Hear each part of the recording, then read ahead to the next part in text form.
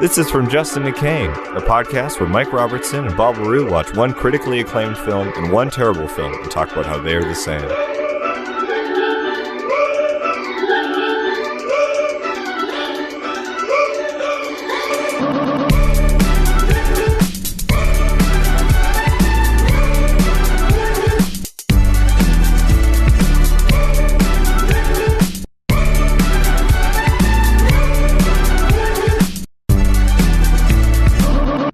Welcome to part 2 of Zack Snyder's Seven Samurai. Okay, so obviously we have to talk about the similarities, but maybe just before we really get into it, we've already dropped like 5. These films, I haven't read anything that says this is true, but the movie feels like an homage to Seven Samurai. It kind of seems like that's something that Zack Snyder would have done. Like in the back of his head, he was like, I'm going to make Seven Samurai, like my Seven Samurai. And this was supposed to be this was his white whale, maybe. Well, if you were tasked with making a superhero movie and you were bringing together a bunch of the most iconic superheroes, specifically 7 of them, would not want to just pay homage to a film that you love? I definitely would, I think, yeah. Well, imagine someone, like going back to the namesake of our pod, imagine them making a Batman film, but kind of in the style of Citizen Kane. So it's like a sort of a mocking biopic about the wealth of Wayne Enterprises? Yeah. Hey, yeah, it would be fun to do a non-linear telling. Well, I mean, they kind of did that. It's called Joker, the Citizen Kane of superhero movies. Does Stanley make a cameo in that film? He does, yeah. Also, I have one burning question. Yes? Who's faster, The Flash or Sonic the Hedgehog? I almost spat out my beer. Oh no, that was bad timing. I was kind bit. of hoping you'd do a spit take there. That was almost a spit take. I gotta say, the scene where the Superman and the Flash were kind of battling for speed. Yeah. Which, ironically, is done in slow-mo. They're showing how fast the Flash is, but the only way they can do that is with slow motion. The only thing going super speed is the film through the camera, but it's a digital camera, so it's the ones and zeros getting pumped through that sensor. Yeah, but that scene was not the best scene in the movie, but it was the coolest, or it was like the most engaging moment of the film for me, I thought. When the Flash was running really fast and then Superman was keeping up with him and like watching him run, and the Flash was kind of freaked out because like Superman's like, he's also fast. So fast. Yeah. But what about like the scene where the Flash says, you got to break the rule. You got to go faster than the speed of, say it with me, light. Mm-hmm. You didn't say it with me, but that's fine. Light. Oh, sorry, I'm a bit light. off. There we go. Just edit that in post. Just stack them up. It'll be fine. Seamless. Okay, here we go. Light. Fuck. Okay, okay, fuck it. Whatever. Obviously, Sonic can't go the speed of light, can he? Has he ever stated how fast he can go? He can only go that fast when he eats a chili dog. One of his patented chili dogs. Yeah. Oh, speaking of dogs, what about that scene where the car flips and there's all the hot dogs and buns? Yeah. And I was like, this is like an Alfred Hitchcock, penis and vagina visual metaphor. Mm-hmm. And it is not good. Yeah. Like the train going into the tunnel. This was Zack Snyder's train going into a tunnel. It's a bunch of floating hot dogs and buns as he like saves this woman from a horrific car accident. Yeah. I was like, get a room, you stack of hot dogs. Like, get out of here. Fuck off. Ugh. Yeah. Oh, I hated that so much. And then he grabbed one and put it in his pocket. And I was like, ew, what's that for? But then he gave it to the dogs and it kind of made sense. Yeah. Yeah. That was strange. Yeah. Pretty wild. Yeah. Anywho, I hated the hot dog images in this film. There were many of them. They were all upsetting. But anyway, to answer your question, I think the Flash is faster than Sonic the Hedgehog. Sorry to break it to you. No, that's fine. That's fine. That's fine. Also, the Sonic the Hedgehog movie. You want to know not what's too nuts, different though? from this movie though, because of the human teeth cut. Remember? What? There's a human teeth cut of the Sonic the Hedgehog floating around. Right. Remember the original design for Sonic the Hedgehog was where he had human teeth?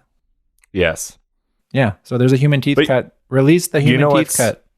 nuts? So get this. Superman's kind of related to Sonic in that in the Sonic film, the guy, the main character, is from Smallville, Really?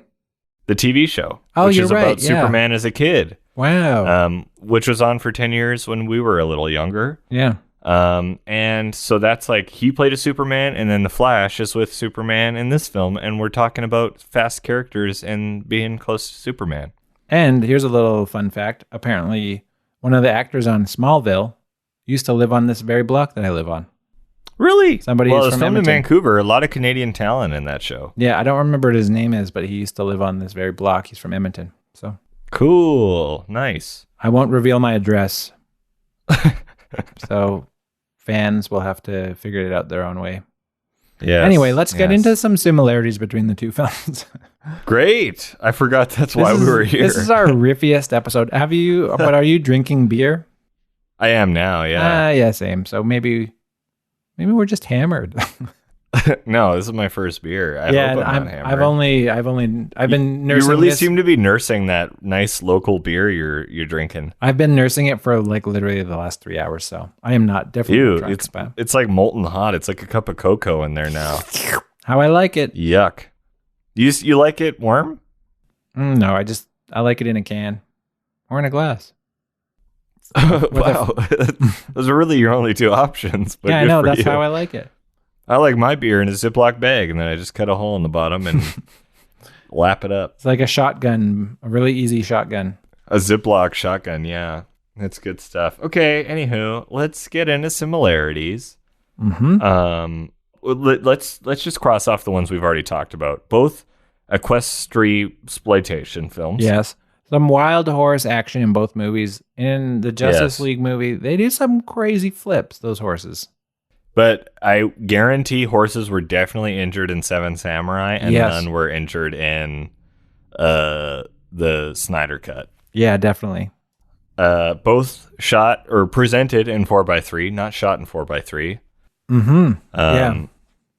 Yeah, a part of me thought that was Well, what's interesting Zack is Snyder paying so, tribute to Seven Samurai by being like, that one's a square movie. I make a square movie too. Did you like that super cool burn I did on Instagram where I said, this film will look great shaped like a box? Yeah, I did. Said Zack Snyder. Yeah. You got him. Yeah. Well, and also I guess it like compounds. There's a lot of squares in Snyder's film, like the cubes they're trying to obtain. Yeah. And then the film is a square. Like maybe there's a metaphor about how the square is important. Well, to Superman people. is kind of a square. Or Clark Kent, at least. Clark Kent. Oh, he is a square, isn't he? Yeah, you're right. Yeah. It's strange how Clark Kent is Superman. I always find that kind of strange how they represent Superman in this movie. Like, we're supposed to believe that mild-mannered Clark Kent, the guy who works at a newspaper, is also the same person as this, like, malevolent god guy who just destroys buildings and, is, like, seems more malicious than great. Definitely. Well, yeah. Also, dark and brooding Superman doesn't work as a character. No, it doesn't make any sense. No, because he's too powerful. Whereas like Batman, it's like, yeah, he's just a guy with a grappling hook and money. Like he can be a dick because he's really not that powerful. But when a god is also an asshole, you're in trouble. Yeah, and that's never happened before in religion. Hot take. Okay, They're beefing with God right now. Yeah. Oh, jeez. With what's his name? I already forget the antagonist names. Steppenwolf and the other guy. Yeah. I was gonna say Satan. Hot side, Fireside. What's Darkside. his name? Darkside. Fireside. Fireside. Fireside is his brother who is really calm and just likes having cocoa in front of like a and he nice fire loves pit. Christmas. He loves Christmas. The holidays. Yeah. Have we only talked about same aspect ratio and the equestrian exploitation? So far, yeah. We keep getting derailed. Okay, what's a third similarity, Mike? That we've already said? No, I think just I think that's all we did, isn't it? Oh, no. And the directors had a similar plight in the production. Mm-hmm, yeah. They were burdened by the studio and the budget and the runtime. Yeah. Okay, so let's get into some similarities, some new ones then. I mean, I'll say it. I thought what we're all thinking. Both movies are about assembling teams. Yeah, Nice. Kind of like an elder statesman kind of character goes about assembling a team to solve a problem. Mm-hmm. So there you go. Maybe I'll just add to the equestrisploitation. There's a lot of ancient weapons used in both films. Okay. You've got swords, like within the the Wonder Woman. Where's Wonder Woman from? Thymosceria or something like that. I was gonna say chlamydia, but but no, it's her like cohort or whatever, like all those ladies on horses, who are Amazonians. fierce warriors, Amazonians. They all use like ancient weapons like spears, bow and arrow, swords, and so do the samurai and the villagers in Seven Samurai. Yeah, very good, very good. So I just want to, and they all ride horses. Like They all horses ride are horses. plentiful in both, bountiful. Horses are pretty much the car of this movie. Even though, yeah, also like, man, the Batmobile was really underused. Yeah, they really just drove around in Mercedes Benzes or whatever those were. Yeah. What's your even Wonder Woman? I'm rich. But even Wonder Woman drove around in a Mercedes. Like it was a different car than what Batman had. Well, obviously, one more thing. There were blatant ads in this film. Oh, of course, yeah.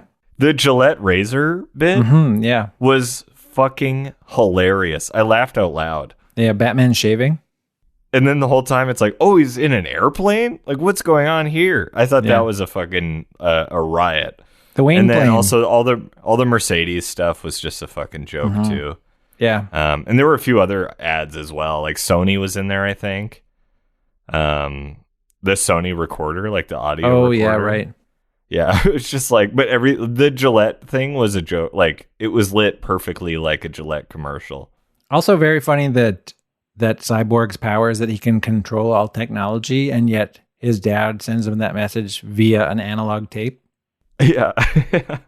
Oh, jeez. Yeah, that he has to press with his hand. He has to press it with his hand and like rewind it with his hand. It's like he can't control it without just like clumsily pressing the buttons. That's a big boo-boo, I think. But the question is, he can control all technology? Is that considered technology that he could control with his like powers, or is it with analog? His brain? I don't know, man. I don't know. That's a good question.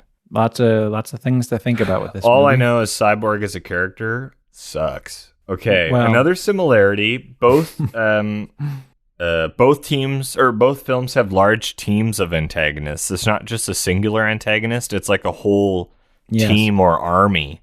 So you have the Barley Bandits in Seven Samurai. Yes. And then you have those like locust flying demon guys with the yellow eyes. Yeah, they were like the flying monkeys in Wizard of Oz, kind of. Yeah, very similar. Yeah. They were called parademons. They were parademons? Parademons, and I think they were from the planet Apocalypse. How do you know this? I had to do research on this movie. Oh, okay. And I didn't think that was worth bringing up at the beginning of the podcast. But I really dragged it out of you, didn't I? Yeah, you did. I'm just wringing you out like a towel, like all this weird information. I'm just like, what else do you have, Mike? Yeah, but also I have to tell you, it's spelled Apokolipes. I think that's the planet's name. Oh wow! Like spelt like a 3-year-old trying to sound out the word would spell it. Like spell apocalypse, and it's like, okay, there's definitely a K in this word. Well, that's what they decided to call it. Dumb. Stupid. I don't know. I mean, they call it mother boxes also. That's true. Yeah. A lot of mom stuff. Yeah. Anyways. So, also, speaking of mother boxes, MacGuffin. What'd you call me? Yeah, you friggin' MacGuffin. The mother boxes in the movie are a MacGuffin, and in Seven Samurai, I would say the barley is a MacGuffin. Definitely. Yeah, because it's like, we got to get this barley. We got to protect the barley. But then it's like, well, we forgot about the barley. Yeah, they're all chasing the MacGuffin, and then it becomes kind of irrelevant later on. Yeah. It's about about the lessons they learned along the way or the friends they made along the way, whatever, Yeah. Yeah. Both films had a very difficult time assembling their teams. It wasn't easy. Like Aquaman, oh man, just the amount of times that dude took his shirt off really slowly near water while he was sopping wet. I was like, okay, I get he's Aquaman, but holy mackerel, let's move on, please. Yeah. Yeah, it did. But yeah, the Seven Samurai, they still assembled the team faster. They did it faster. That's true, but it did take a while. It did take a while. Probably 3 days. Yeah, but it made sense how they assembled the team, whereas it felt like they were struggling to assemble the team in Justice League, and then the team just kind of came together at some point, and then it was like, okay, well, why did I watch all that other stuff then? Well, you had to find out how everyone's mom died. So, yeah, right. And everyone was like, where's Stan Lee? Like, where is this guy? Good stuff. What do you got? What's another similarity, Mike? Okay, so one of the first lines in Seven Samurai, when the common folk in the village are sad, one of the characters says, the gods want the common folk dead. And that's one of the first lines. And there's just like a reference to gods. And that is what the Justice League characters are. They're just, in the Zack Snyder verse, they are gods. They're not regular people who are just happen to be superheroes. They're gods who can't be controlled and will destroy cities. And, kind of want the common folk dead, because in Justice League, you don't really see the common folk. You have no sense of who lives in the city or who lives in the world. And they really brush over the human characters. Yeah, it really just feels like it's a bunch of gods just sparring with each other, which I guess is what it is. Smacking each other down. Yeah, because the regular people don't really matter in the grand scheme of things. So yeah, I just thought that was kind of like a interesting first line in Seven Samurai that really kind of pointed to what was going on in Justice League. Yeah. And I would also say both films have Justice Leagues in them, in that the Seven Samurai are kind of a Justice League because they are actually seeking justice. They're like a league of people, 7 of them, deep. They're 7 samurai deep, this league. And they are like seeking justice. Whereas I would say the Justice League in the Zack Snyder movie is a Justice League in name only. They have they actually don't do anything revolving around justice at all. Ain't that the truth? Ain't that the truth? Anyway. Just talking about this movie bums me out. Well, you watched 4 hours of it, and you'll watch it again. You'll watch another 4 hours. I have to. I'm obligated now to watch it and again tonight. You have to make me a Subway sandwich. And I will. You'll get the veggie, whatever you want. Veggie delight, please. Yeah. I hope it delights you. Both films are part of a larger sort of cinematic and external sort of intellectual property. Okay, so stay with me. So I'll start with Justice League because that's obvious, and then I'll get into Seven Samurai. So Justice League, based off of the comic books, Detective Comics or whatever, Batman was written, and then all the other fuckers were written later on, and then eventually they decided to get all these characters in a room together, and they all had spats or whatever, and then this movie came out of it. But it's based on comic books, pre-existing films, yada yada yada. Seven Samurai is an original film, but it has an unofficial sort of spin-off or remake in The Magnificent Seven. That's right, yeah. And so famously, actually, not once, but twice has this happened to Akira Kurosawa, because also Akira Kurosawa made Yojimbo, which is an inspiration for the first Clint Eastwood movie in the trilogy, I think Fistful of Dollars? Okay. Yeah, Fistful of Dollars and Yojimbo have the same plot, and actually Akira Kurosawa sued Sergio Leone. Interesting. Unsuccessfully, which is fascinating. I believe there was no settlement, and the case was deemed like it just wasn't legit, even though the films are identical. Just one uses swords and the other uses guns. Yeah. And then Magnificent Seven is an obvious like rip off of Seven Samurai, even down to the baldness of the main guy. Yul Brynner is the old man who joins the team first. Yeah. There's so many similarities. Akira Kurosawa really influenced American blockbuster cinema. Like, I would say without him, no Star Wars. We wouldn't have Star Wars, and without Star Wars, we wouldn't have Justice League. Ain't that the truth? And without Star Wars, we wouldn't have Jar Jar Binks. Preach, brother, preach. And what a world that is. What a world that is. Preach. I don't want to live in that world. So I don't want to live in that alternate reality kind of end of Justice League dream sequence reality where Jar Jar doesn't exist. Yeah, same. But yeah, so both, there's like, other films or whatever that are like related to these films that we're talking about, I guess is my distillation of what I've just said. Yeah. Good work. Thank you. I was going to say you're welcome. What a weird thing to say. Both movies are sausage parties. Yeah, amen. Again, preach. Nothing but wieners. Also, a lot of loincloths, dare I say, in both films. Yeah, a lot of butts. Just a smattering of like bare cheek, but no hole. Okay, like I noticed you keep going there. You're just why don't we see buttholes more? Is kind of what you're always saying. What is that? It's interesting when a film just is obviously shooting around a butthole. Yeah. And I think both of these films did that. Like Toshiro Mifune is literally just wearing like a literal loincloth. That's right.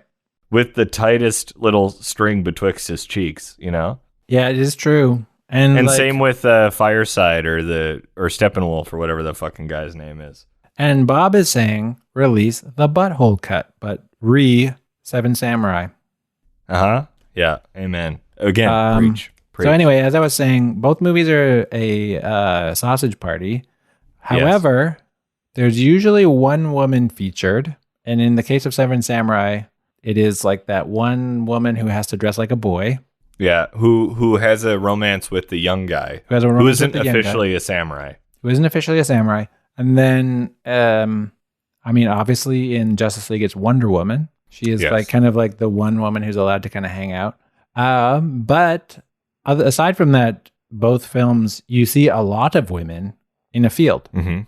Because in Justice League, when they're on the, whatever it's called, Themyscira, the planet that the Amazonians live on. Is it a planet? Uh-huh. Where is it? No, it's a dimension on Earth. Oh, okay, right. Yeah. So they're like invisible unless you don't want them to be. That's right. That's why they fly invisible airplanes. Well, because in the Wonder Woman film, the first one, it's like World War I, and Chris Pine or whatever his name is, like crash lands in their world, and they're like, "Oh shit, who's this fucking guy?" Because somehow he got through their like invisibility force field situation. I don't know. But also in Seven Samurai, you only ever see more than one woman at a time in a field when they're like getting the barley, or at the end when they're singing and getting the barley, or there's just other scenes where there's just a big field and has a bunch of women in it. Anyway. Yeah. Kind of a strange similarity.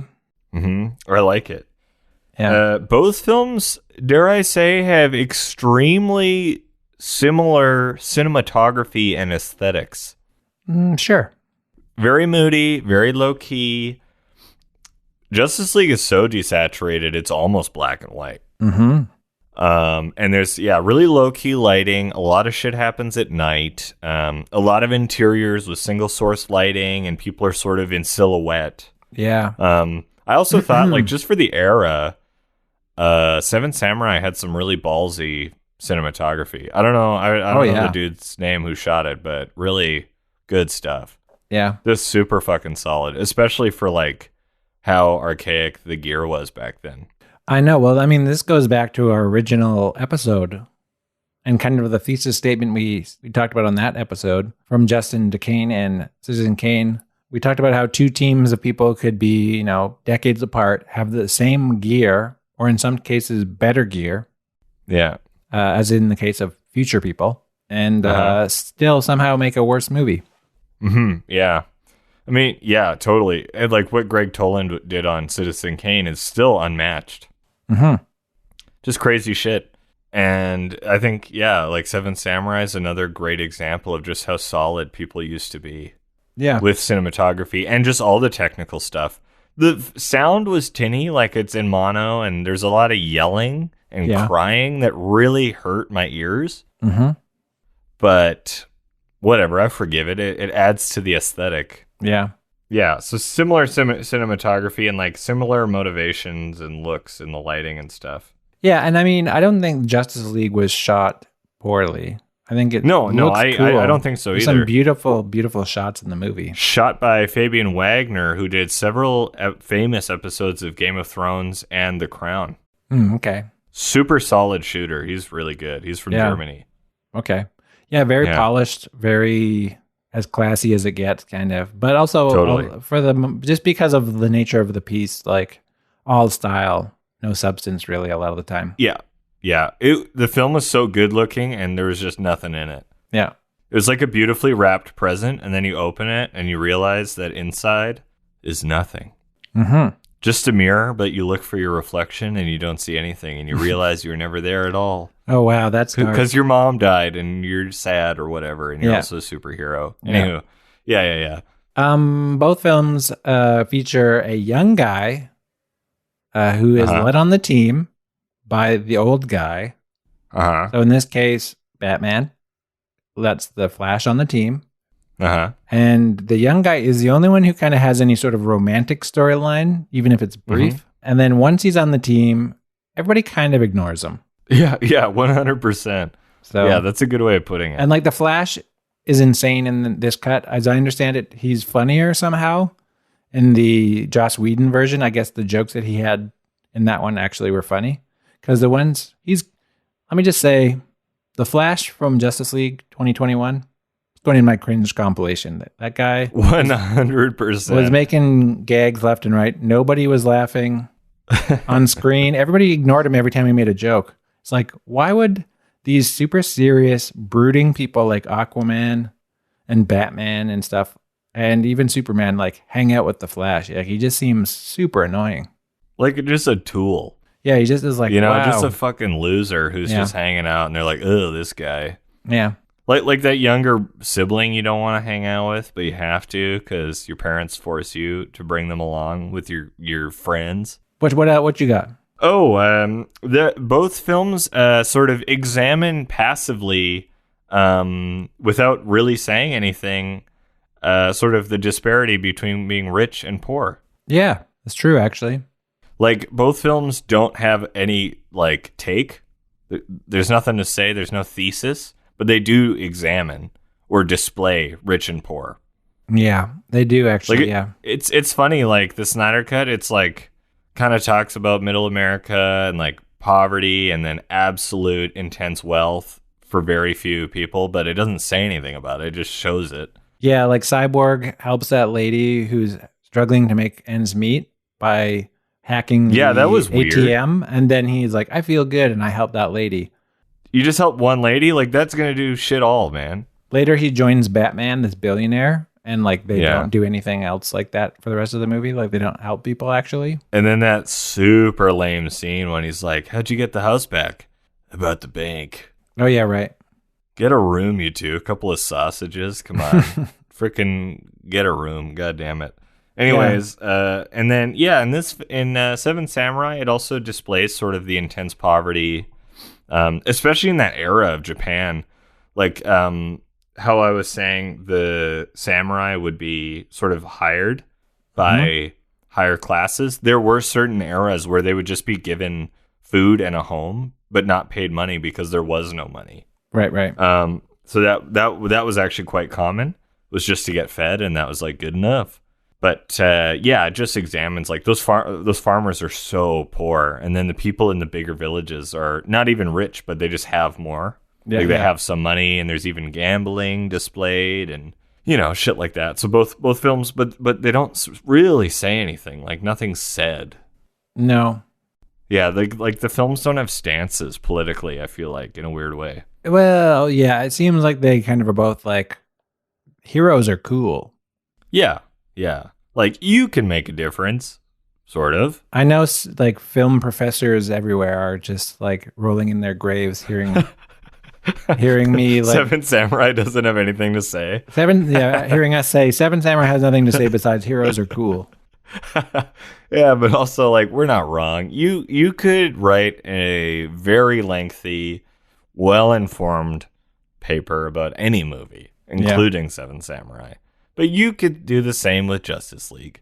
I like how the samurai were not like infallible characters. They all had flaws. They all were kind of awkward and weird, and they were prone to drinking and, you know, fraternizing with the ladies and whatever. Some of them were like obsessed with work to a fault. Mm-hmm. Yeah. So they all kind of like, they all had some sort of flaw. And I guess you could say the Justice League characters all had a flaw, and that was that their parents had died, I guess. You know, you have one major flaw, and that's because your parents died. But it's like the characterization in Seven Samurai was good because we didn't need to know their backstories. We had an idea of who these characters were. Whereas in Justice League, they have no idea how to make these characters interesting, aside from them having sad-ass backgrounds where their parents die. Well, and they were just leaning on the fact that the comics exist, and you could just read that. Or watch the fucking animated movies about the Justice League, which are really well done. Yeah. But, yeah, whatever. I have another one. This one's kind of fun. A lot of baldies. Yeah, a lot of baldies for sure, yeah. So you got Lex Luthor, even though he's not in the movie whatsoever, but he's in the opening credits and has almost top billing. And you get a quick snapshot of him at the beginning and at the end. Lex Luthor is bald. And then several of the samurai are bald, but they have like that unique haircut. I didn't research that, but they like shave the crown or whatever, but not the cul-de-sac. Well, they do this cul-de-sac. It's a cul-de-sac. It's a cul-de-sac. That's exactly it. Yeah. With a nice ponytail. Kind of cool. Yeah. Batman had a cul-de-sac under his cowl. They just don't show it. Right. But yeah, so both a lot of baldness, male baldness in both films. We'll say it. It's baldsploitation. It's another film in the baldsploitation genre after Avatar: The Last Airbender. Yeah. Exactly. Yeah. Also, both movies feature characters who make a plan, who spend a long ass time in the movie trying to make a plan, just so that they can fight generic bad guys who also like don't really come after them for most of the movie. Like it takes a good 50% of the film before you start seeing the bad guys like regularly. Mm-hmm. And yeah, so I don't know. That's the Barley Bandits don't actually like kind of show up until halfway through the movie, and then they're just getting killed off one by one. And actually, just they literally have like a tick sheet where they just like cross off all the ones that they killed. I loved that. It's so simple, and it just really visually represents the stakes sort of going down in real time, which is fun. Yeah. Yeah, and also in Justice League, where I think it was 3.5 hours into the film, at one point Batman says the line, "Well, we did it. We finally have a plan." And I was like, I do not remember what happened for the last 3.5 hours, but I'm pretty sure they were making plans in all those other scenes as well. And it usually involved Flash running into somebody. You can make a plan, but you don't have it until you have it, you know? Yeah. Making and having are two different things. You're telling me. Preach. Both films, I guess we said this early on, but they use slow motion very dramatically. Yeah. Lois Lane drinking coffee, talking to that weird cop, walking through the park. Mm-hmm. And then the two deaths are in slow motion. Yeah, that's right. In Seven Samurai. Yeah. And all the more effective for it, as opposed to literally every action scene. Yeah, totally. Yeah. Totally. There's also like some beef within the team in both films. There's some friction, one might say. Some friction, some heat, some beef.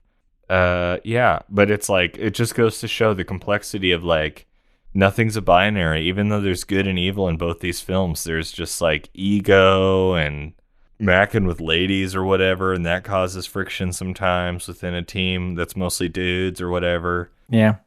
Yeah, just friction. Just some friction, some heat. Yeah, I would say that there's also like there's an effort to stifle emotions due to being like a manly man in both movies. Like Right. there's literally a part where a character's crying and then one of the seven samurai is like, don't cry, don't be a baby, you know, no crying. And then also like in Justice League, I mean, death is around every corner. Everybody has a dead parent. They're all sad about Superman, but they all don't emote. Right. They just kind of stare Right. blankly into space and talk about what's happening. But you never really like actually see them being sad. You just kind of get the sense that they're sad. And I don't know that it's like the Kuleshov effect of just showing a person staring into space and knowing that they're sad about Superman, you know? I think it 100% is that Russian Kuleshov effect thing you're talking about. Yeah. Especially with some sad music and a couple of frappuccinos in one hand, and it's also raining. Yeah. You know? And also, you know, as we've said already, Amy Adams is really good at being sad. She is, yeah. Both, or no, this is just sort of a separate note altogether. It's pretty wild. Like, the one thing that really didn't age well with Seven Samurai is the whole subplot about the daughters and the women in the village having to be hidden. Mm-hmm. And then there's the one romance, and the dad is so upset because presumably his daughter had sex with the young samurai. Yeah. Or they just fiddled around in the woods with, you know, they just did hand stuff. I don't know. But it's like maybe a little bit of butt stuff. I don't know. Does it count? A little bit of butt stuff. I don't know. Bob wonders. This is what I stay up at night thinking about. But, you know, it's just wild. Like that scene where he's like, oh, my daughter's like ruined or whatever because she had sex before marriage or whatever he was really implying. I don't really know.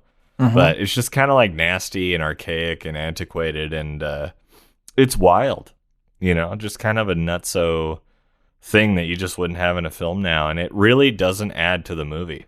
No. Like that was one very like wasteful in a film that was 3.5 hours. I was like, I feel like there's 20 minutes of just really, really intense misogyny we could cut out of this. Oh yeah, and the film would be all the better. Was there a similarity? No, I just thought that was like a thing to talk about. No, there's no similarity. Well, I'll try and build on that at least. Oh yeah, cool. So I don't know if this is fully misogynist, but for whatever reason, there's like very specific musical cues for women in these movies. So in Seven Samurai, there's that one woman who kind of dies in the barn. Right. And I think whenever she's on screen, at least during that scene, there's like this flute sound that plays whenever she's like doing stuff. It's kind of her theme song. She's like the village. She's like the girlfriend of one of the villagers who kind of is buddy with the Seven Samurai.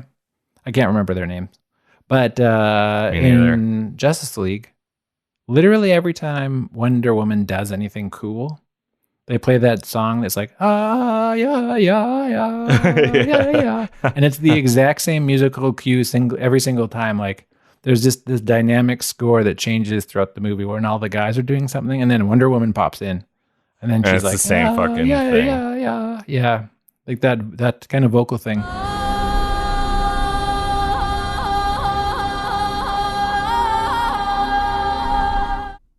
So my joke when I was watching the film was that all of the sound cues you hear are diegetic sound.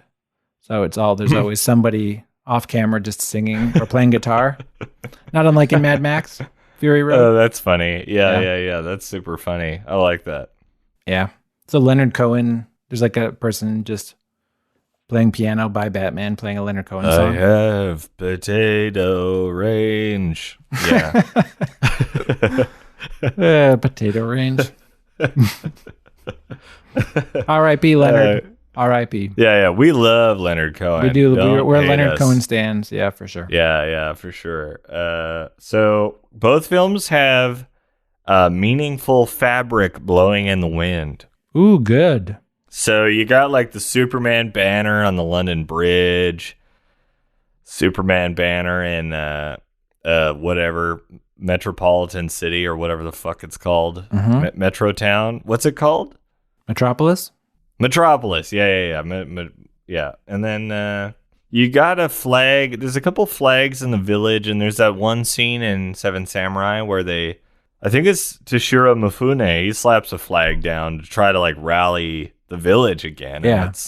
And it's really windy and it's blowing and it like gets everyone stoked, and then they grab their bamboo spears and start killing barley bandits again. So there's just like use of, meaningful symbolic fabric blowing in the wind.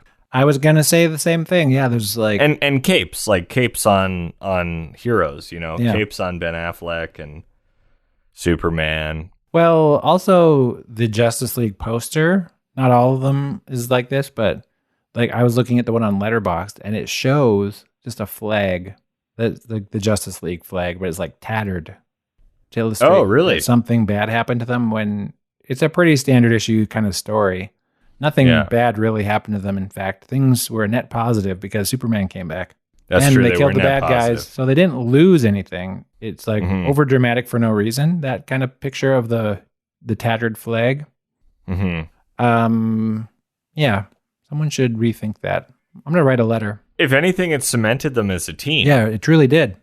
Yeah, we should write a letter or maybe organize some sort of phone bank system. Yeah, we should organize a phone bank. And we should, lobby outside of their studio. Yeah, we should. Just give them a real hard time. But dressed as My Little Pony characters. But anyway, I'll be dressed as Sonic. Okay. Oh yeah, you will. You will. I'll be dressed as Stan Lee. I'll be a Stan Lee lookalike for that. Remember when we looked up our different hedgehogs, like Bob the Hedgehog and Mike the Hedgehog? Oh yeah, that was fun. Big time. But that was fun. What we do for this pod, am I right? Jeez. What we do for the canines. If people only knew how difficult this was for us, what kind of sacrifices we had to make. But in Seven Samurai, they do have that Seven Samurai flag, as you mentioned. It's a sweet flag. It's dope. It looks really good. It's fun that they were like, we're a team of 7 samurai. Let's make a cool flag. Yeah, that's fucking awesome. Like, yeah, go for it. That's cool. Yeah. Everybody's like, yeah, cool, sweet. Look at these cool samurai. They got a sweet flag. Cool. Oh, jeez. Anyway. Yeah. Those are the similarities between these two films. They are very similar films. They're so similar. This Venn diagram is just a Venn. It's just a big circular Venn. Nothing diagram about it. No. Yeah, we got to see these two teams assemble themselves over the course of 3.5+ hours each. Oh, dear Lord. Yeah. Why, man, we couldn't pick an 80-minute film, hey? Jeez, well, maybe next week we'll do.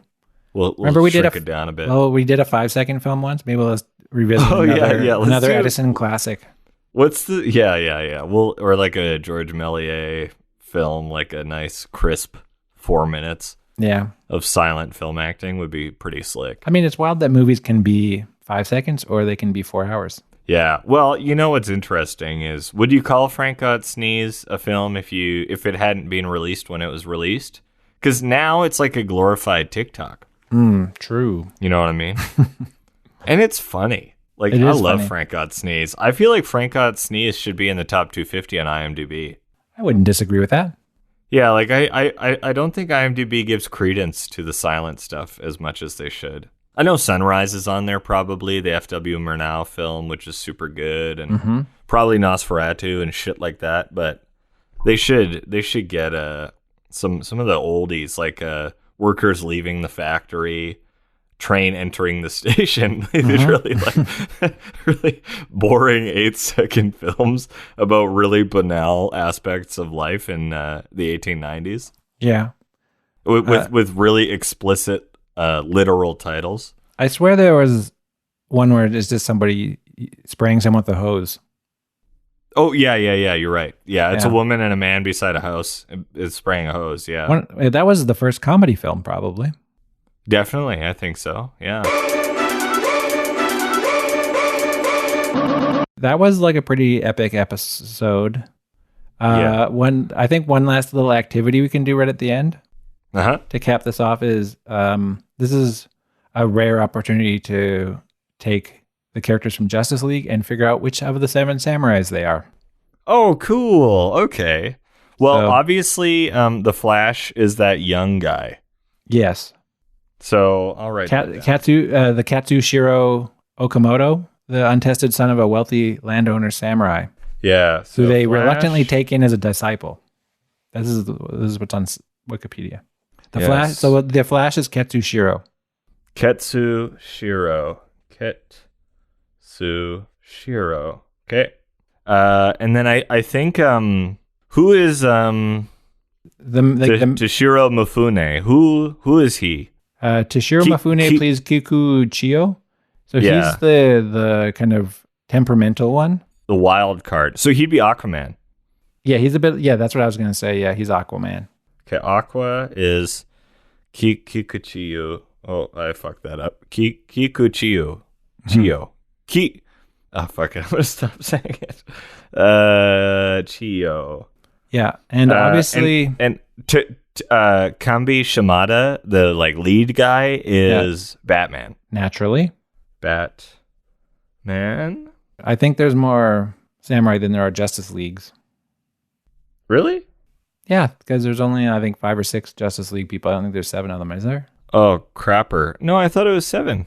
I thought there was 2, but I don't. I might be wrong. think it's 7. Let's go through it and figure it out. So, what about that skinny samurai who has that sword fight with the guy with the sticks, and then he doesn't want to have the actual sword fight, and then he does, and he kills the guy with one move? I think his name is Kyuzo. That's right. Yeah, he's the really skilled guy. He'd be Superman, right? I would say he is. Yeah. Okay, Superman is Kyuzo. What about the big chubby guy who's the second one to join? Who is he? I think he's Is that Gorobe? No, he's Shishoroji, played by Daisuke Kato. Oh yeah, he's like the first guy Kanbei asks. He's like his old buddy. Who is I mean, that would have to probably be Wonder Woman. Okay. What? I guess you're right. Because like she's the lore, first one to join, right? She's the first one to join. She in fact was like in Batman versus Superman, already kind of on the team. Shishoroji. She was the one in Batman versus Superman who just pulled up the computer app that had just like, hey, look at all of these Justice League characters we could maybe meet. Right. Okay, so we have 1, 2, 3, 4, 5. Yeah, they're in Justice League. There's 6. So we were just missing Cyborg. Crap. Yeah, who's 7, Cyborg? 7 if you count Martian Manhunter. I don't. Okay, you But don't. Yeah. whatever. You know what? Put Okay, fuck it. You know what? To round it out, let's put Martian Manhunter in there. Yeah, so I think we did. So who do you got? Do you have Kyuzo already? Yeah. Kyuzo's taken. Yeah. Yeah. Oh, we don't have Heihachi. Who is that? He's the guy. He's described as an amiable though less skilled fighter whose charm and wit maintain his comrades' morale in the face of adversity. Oh, he's not on this cast list. Really? That I'm looking at. What are you on? You're I'm not on Wikipedia. IMDb. Oh, yeah, that's probably better laid out. Sorry, what's this? So is Cyborg that guy? Cyborg is either Heihachi or he's Gorobe. Gorobe was the archer. Oh, And he's right, the guy who kind right. of puts together the master plan. I would actually say he's Gorobe. Yeah, I would say he's Gorobe too. Yeah. Gorobe? I really like Gorobe, actually. Yeah. His character is pretty cool. And then Heihachi, I guess, is Martian Manhunter or, I don't know, maybe Green Lantern? Is he in the Martian Justice League even? Green Lantern is, yeah. Okay, then there you go. Sorry, what's that guy's name? The Japanese dude? Heihachi? Heihachi. Cool. Nice, we did it. So, Flash is Ketsushiro. Aquaman is Kikuchiyo. Batman is Kambi Shimada. Superman is Kyuzo. Wonder Woman is Shisha. Oh, Jesus Christ. Shishoroji. That's right. Cyborg is Gorobe. And Martian Manhunter is Heihachi. Nice. We did it. Yeah. Nice. Now, nice. let's go through all of the villagers. Okay, so Farmer Rikichi, Farmer Yohi. Mm-hmm. What about all the thieves? Well, I mean, we know that the bandit chief is Darkseid. And then Yeah. the bandit second in command is Steppenwolf. Yeah. Who's the old man Gisaku? The guy who like keeps his eyes closed and he's old and he sits throughout the movie. And I think he dies in the Who would he be in the I mean, isn't he Justice League? Isn't he Cyborg's dad? You're right. Yeah, he's Cyborg's dad. Yeah, nice. He's kind of like the patriarch. That's a good way to wrap this up. He's really the patriarch nice. who kind of like helps. He kind of helps out a little bit, but dies. Yeah, like isn't that helpful really? But does help out a little bit. Yeah, and then Manzo, the farmer who disguises his daughter as a boy, is the lead lady of the Amazons. I can't remember her name. Yeah, you're right. Yeah. Yeah. So she basically is like Wonder Woman gets to join the boys' club instead of being a part of this massive women's club. Mm-hmm. Yeah. Mm-hmm. So anyway, that was I'm glad we did that little fun activity off the end. I think that was what people were clamoring for. They were clawing for it with their little canine paws. Yeah, just like the pitter patter of claws along a hardwood floor. Yeah, just clamoring for it. I did enjoy watching Seven Samurai. I'm glad I didn't know how long it was until I started it because I would have not wanted to do it. Yeah, same. So I'm glad that worked out. Yeah, I thought it was an hour and a half going in, and then after we both agreed to it, and I was like, "What? It's 3.5 hours to watch almost 8 hours of movie for this friggin' podcast? What the hell is this?" Oh god damn! Yeah.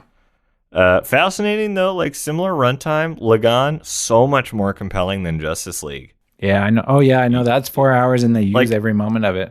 How nuts is that? Yeah, like it's just so. And that movie fucking whizzed by. Yeah, not our first 4-hour movie. No, we're really becoming masochists. I feel like that's what the canines are salivating for, is the masochism we're enduring for this podcast. Just like people watching movies that are way too long for a non-visual medium such as podcasting. Just like, what is this? What is this? Oh, Jesus Christ. Yeah, you're right. You're right. Anyway, well, that was our episode, I'd say. Yeah, I hope everyone sat through this. If you didn't, get fucked. Wow.